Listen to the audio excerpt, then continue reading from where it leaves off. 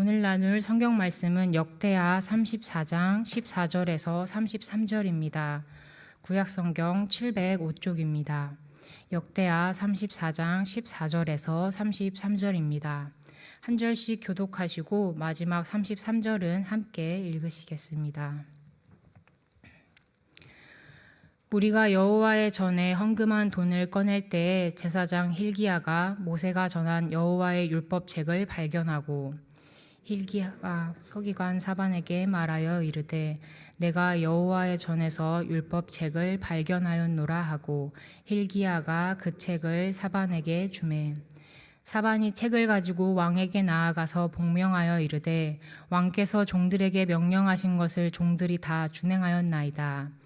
또 여호와의 전에서 발견한 돈을 쏟아서 감독자들과 일꾼들에게 주었나이다 하고 서기관 사반이 또 왕에게 아뢰어 이르되 제사장 hil기야가 내게 책을 주더이다 하고 사반이 왕 앞에서 그것을 읽음에 왕이 율법의 말씀을 듣자 곧 자기 옷을 찢더라.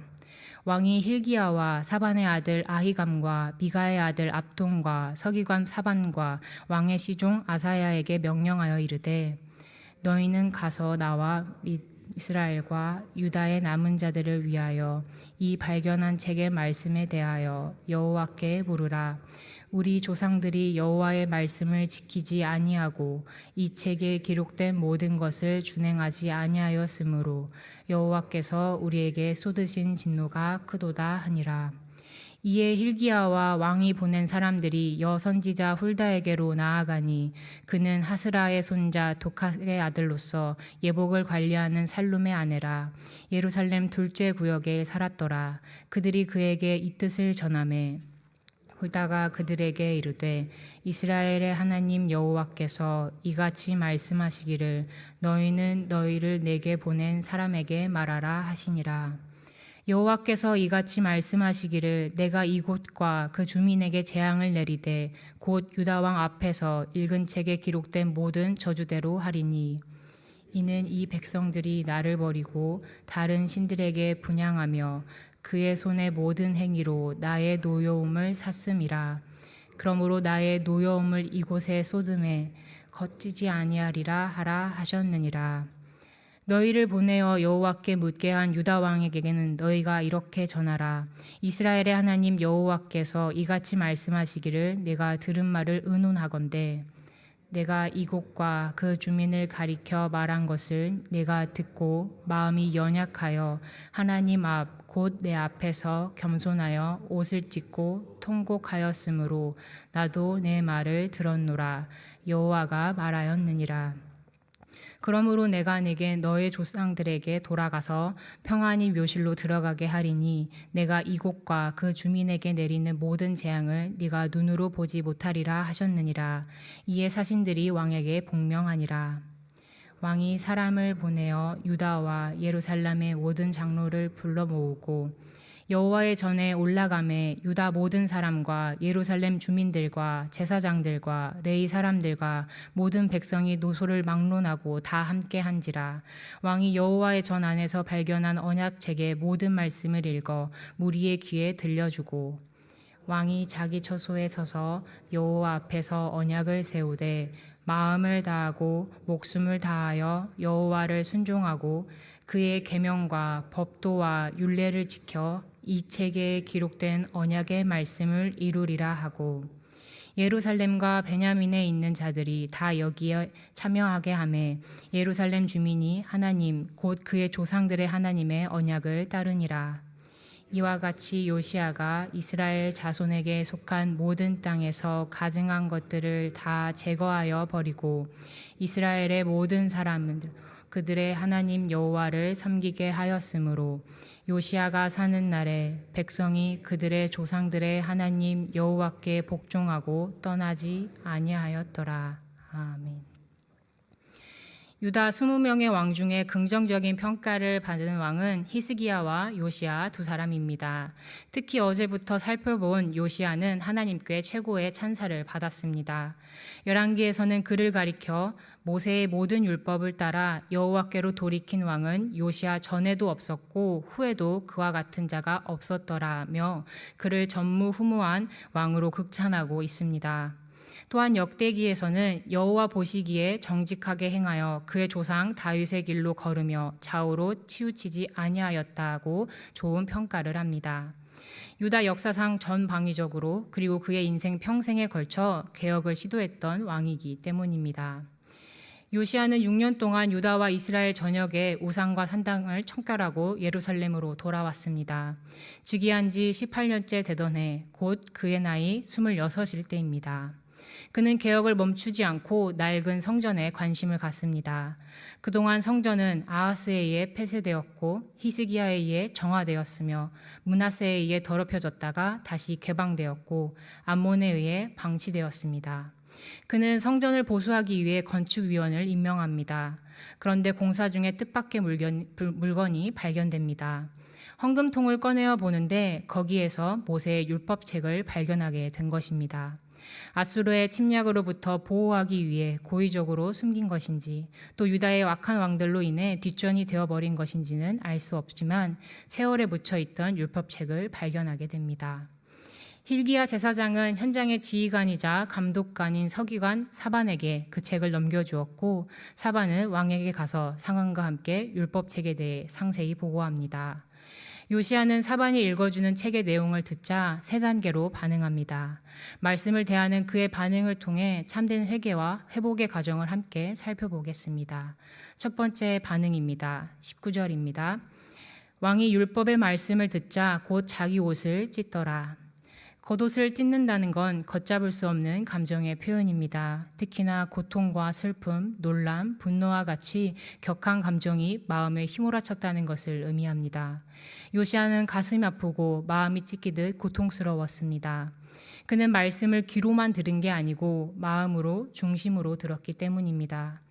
말씀은 마음 깊은 곳을 조각내었고 찢었습니다. 그 슬픔이 옷을 찢는 겉모습으로 드러나게 됩니다. 위험 있는 한 나라의 왕이 말씀 앞에 여호와 하나님 앞에 정직하게 반응한 것입니다. 그가 그렇게 가슴 아파하며 슬퍼했던 이유는 21절 하반절에 기록되어 있습니다. 우리 조상들이 여호와의 말씀을 지키지 아니하고 이 책에 기록된 모든 것을 준행하지 아니하였으므로 여호와께서 우리에게 쏟으신 진노가 크도다 하니라. 하나님의 계명이 하나씩 그의 마음에 와닿을 때마다 요시야는 지금까지 조상들의 반역과 불순종을 깨달았고 켜켜이 누적된 범죄의 중함을 뼈저리게 느낍니다.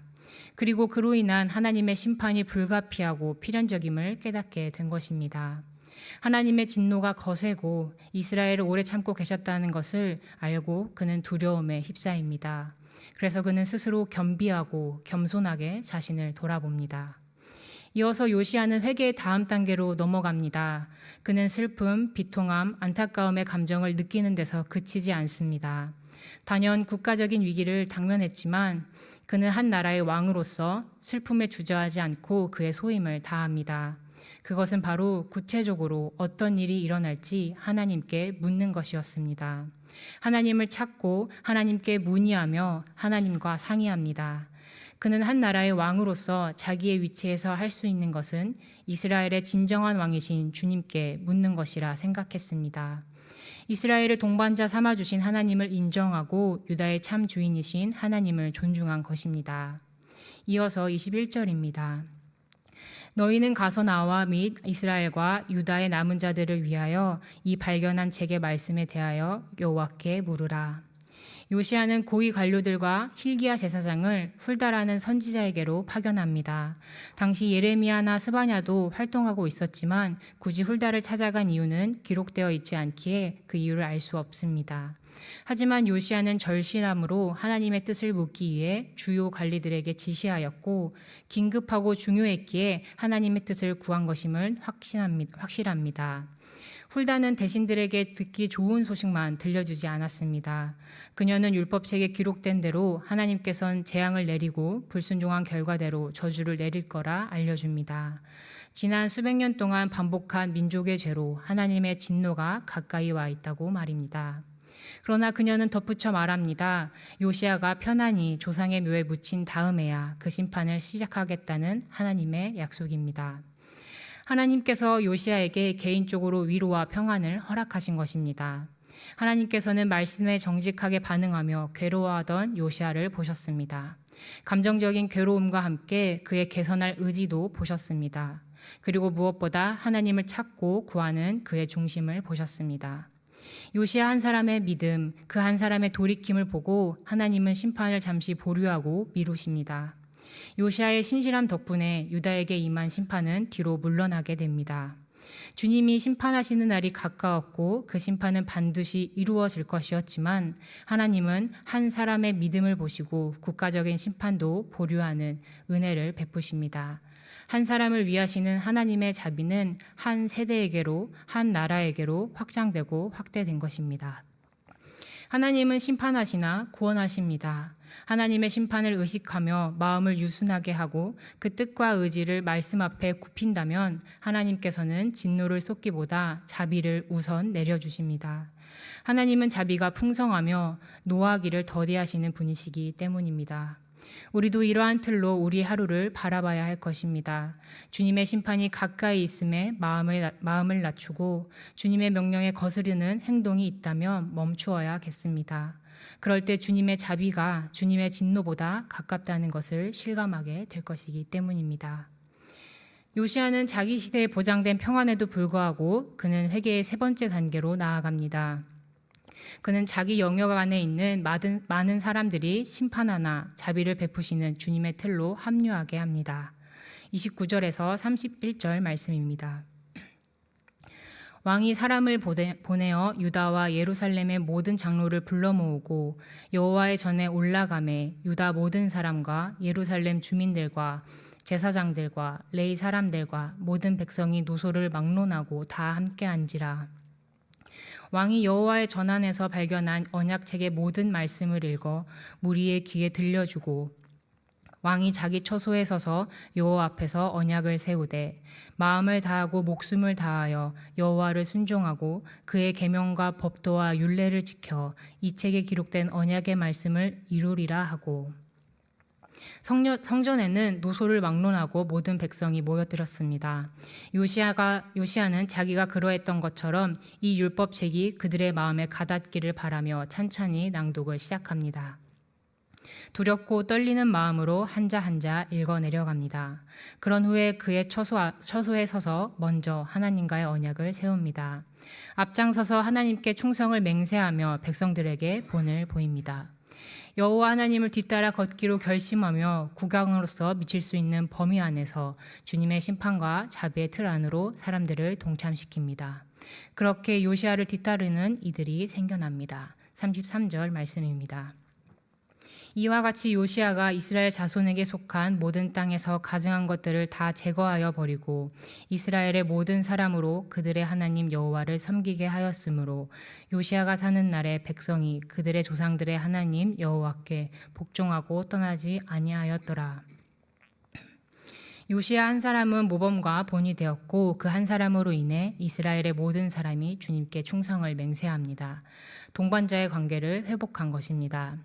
요시야 한 사람으로부터 시작된 회개는 온 이스라엘의 회개로 확대되었습니다.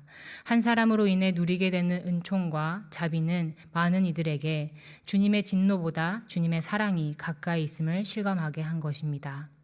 요시야에게서 목격한 바와 같이 우리 역시 구원의 주로 오신 예수님으로 인해 주님의 자비가 진노보다 가까이 있음을 압니다.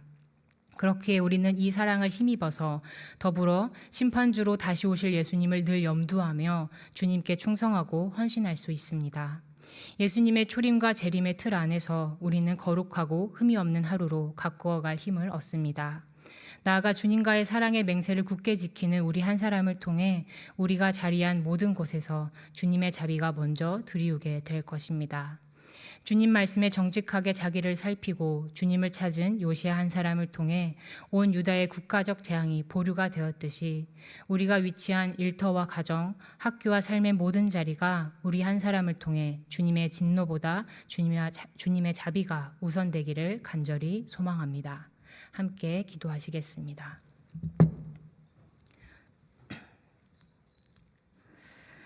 하나님 아버지, 요시아를 통해 심판하시나 구원하시는 하나님의 틀 안에 우리가 있음을 일깨워 주시니 감사합니다.